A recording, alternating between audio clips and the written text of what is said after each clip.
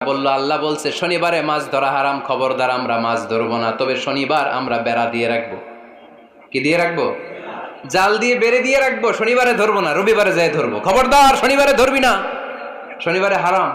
হারাম করছে কে? তো মাছগুলো যখন তেলাওয়াত করতে আসতো এরা জাল দিয়ে বেড়ে দিয়ে রাখতো চারদিকে, শনিবারে ধরতো না, কারণ হারাম। কারণ কি? বেড়ে দিয়ে রাখতো, রবিবারে যেয়ে ধরতো। আল্লাহ কি এটা বুঝাইছে? আল্লাহ বুঝাইছে শনিবারে যত মাছগুলো এসেছে এগুলো ধরা যাবে না, এগুলো যখন আবার সাগরের প্রবাহে ভেসে চলে যাবে তোমরা আবার নৌকা নিয়ে মাছ শিকার করতে পারবে। ঠিক কিনা?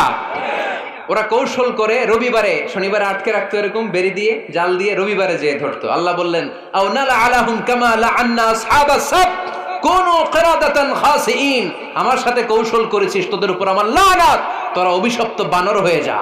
মুহূর্তে পুরো জাতিটাকে বানরে রূপান্তরিত করে দিল কে? আল্লাহ। এজন্য খবরদার, আল হিলাতু বিল হারামি হারাম,